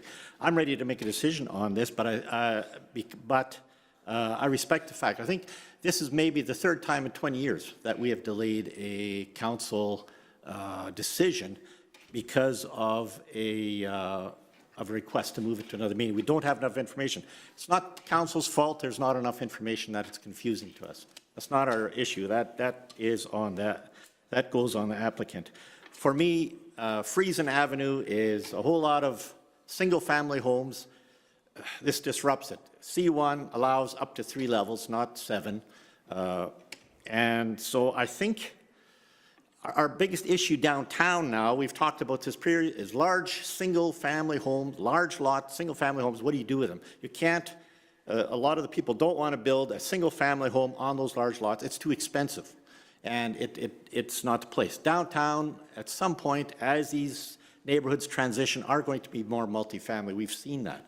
They cobbled together a couple of these lots, and they put in multifamily. I agree with all that, and I agree that we need more seniors housing.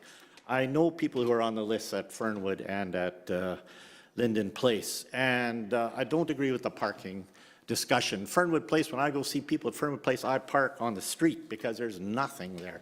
And when I talk to the people who live there, they struggle. They want parking, but they want indoor parking, which is different from the other parking that they all have. So there's a lot of struggles, but I would have hoped the applicant would become more prepared in the first place so that we could make a decision today so that we don't have to make a decision down the road. I would have preferred to make the decision today. Therefore, I'll vote against the motion. Anything further? I wonder if I can make one comment to Councillor Penner's comment. Do you need to do that publicly, or can you? No, yeah. All I'm asking is for a footprint of the building. I'm not asking for a total design of the building, just a footprint, because that would direct us then where the parking would be. Just make it clarified a little more. That's all I was asking We for. do have a site plan though here. Yeah. Okay, so we have a site plan. Anyway, anything further, Council? Anything in closing? Thank you, Mr. Mayor. Just a couple of things in response, and I do appreciate Councillor Siemens' comments and keeping us on our toes on some of this. I agree the parking is confusing. That's why I want more information, and I think there is potential here that it's possible that something here might work. And I don't want to dismiss the possibility of a project of this nature and this importance because we don't have all the information and because we know that we can get more of the information. And this is our staff recommendation. Normally, staff don't recommend adjourning, but this is actually something our staff recommended. And after hearing what was here today, the parking is the main issue that I'm noticing, and I would like to get more info on that. In response to Councillor Siemens, as far as the agreement from 1989, as with every agreement, it is binding so long as both parties are in agreement with it. So there's nothing in here that is being broken as far as like it says the owner hereby covenants and agrees. Of course, but it's the town or the city now. Obviously, if both parties agree to make a change could be made. Now, whether we will make that change is going to largely hinge on the information that we get presented to us subsequently in regards to some of the parking and some of the other things. But when both sides agree on a change, that's when agreements can change. I mean, that is not terribly unusual. I mean, one of the basic things in law is that if any contract can be changed, if both parties that have signed the contract agree to change it. I mean, that's just basic law. So, but as far as whether we remove the caveat is largely going to depend on what decision we make in regards to the variances and the other thing here, and we will get some of the additional info, and then we'll decide at that point. Thank you very much. Okay, Council, I just want to start with thank you very much for what you do in our community, and senior housing is definitely needed. You do a great job of it, and you do, your aging in place is just second to none. But thank you for agreeing to go back, getting some more information for us so we can make this decision. Council, we don't do this. We normally don't table a subject and bring it back. But that doesn't mean it's a good thing. In this case, I think it's good for further clarity so that we know what to do. I agree with Councillor Susan Penner. Looking at this agreement a little bit in more depth would be a good idea for council to do. I think we should do that. I was thinking very much along the lines of Councillor Swaystra that yes, agreements can be changed as long as both parties agree to change. But I do want to look at this, unwrap this agreement together with council. And I think that if we have more information at a later date, which will be April 21st, at that time, we will make decisions on both of these situations, like both the conditional use and the variances that same night. Normally, we don't do this, but a lot of councils do this. It's actually a normal practice. Okay. Call for the question. All's in favor? Opposed? That is carried.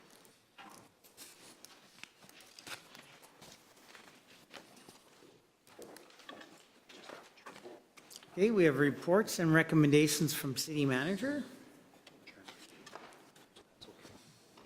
8A, Lift Station 1, building upgrades. This referring to the tender award, page 63.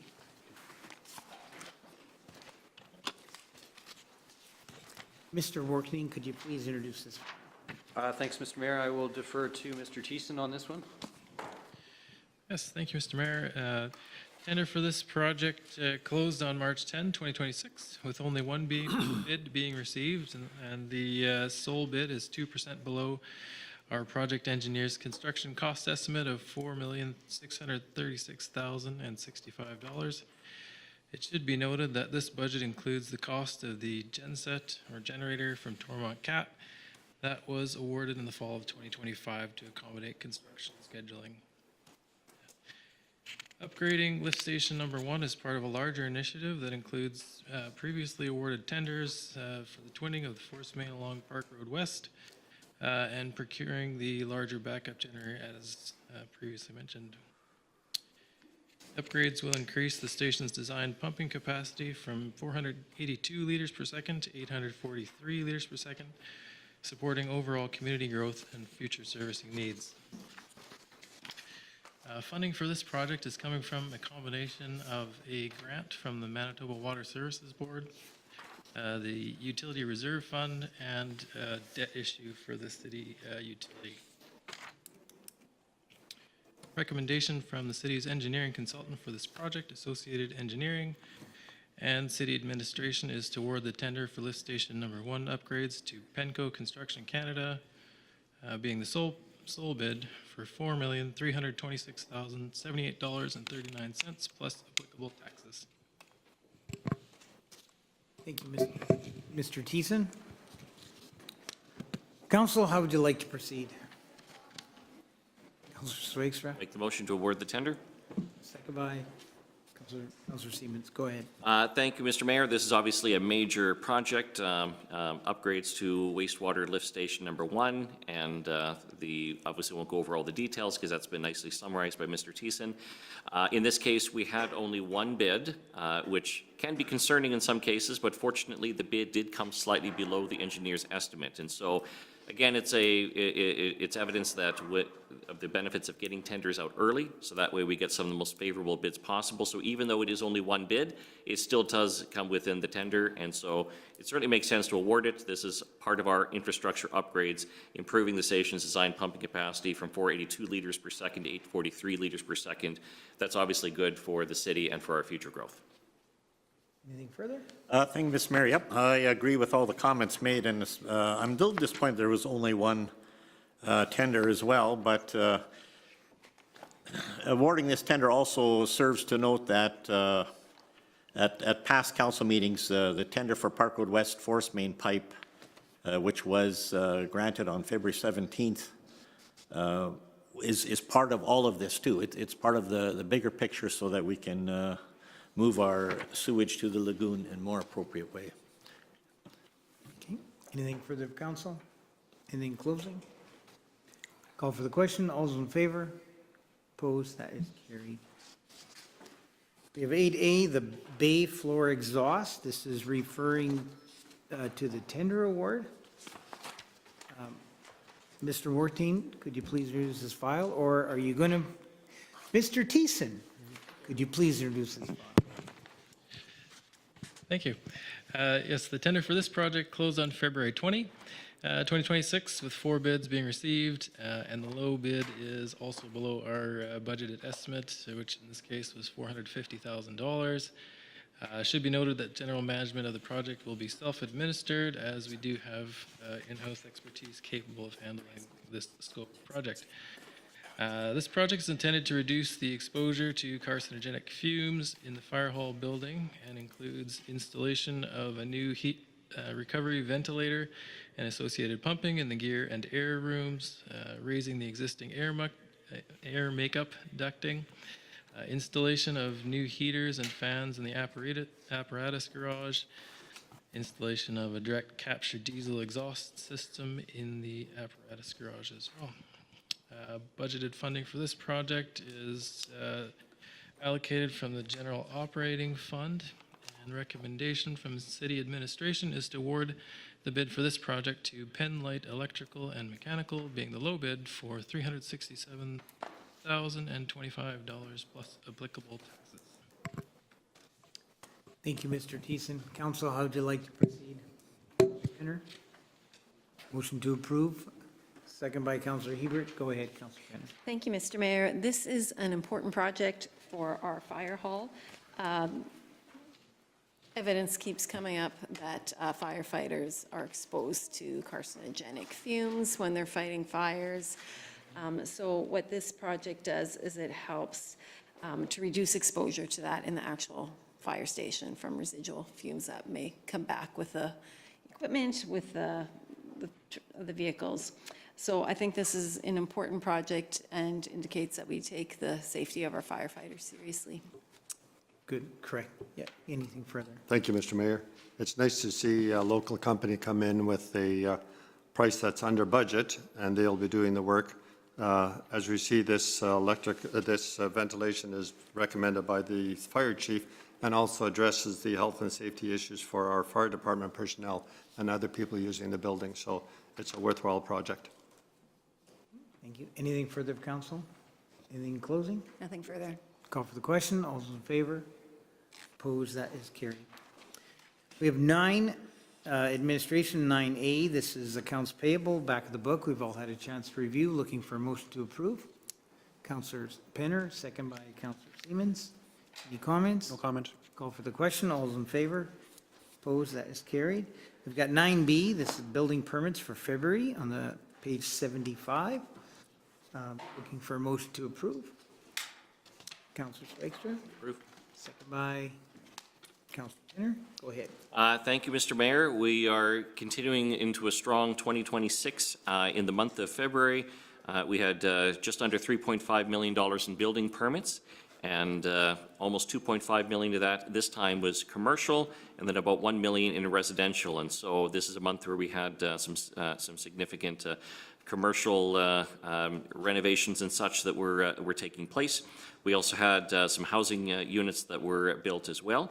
And so that's how we get up to $3.5 million, and we're at just over $7.8 million year to date. And of course, as we know, January and February tend to be some of the slower months for building permits. So we're anticipating that there will be quite a bit more in the next few months. Anything further? Thank you very much, Mr. Mayor. February is the shortest month, and this will be the shortest list this year, so. Anything further for council? Anything closing? Nope, can't beat that. Call for the question. All those in favor? Opposed? That is carried.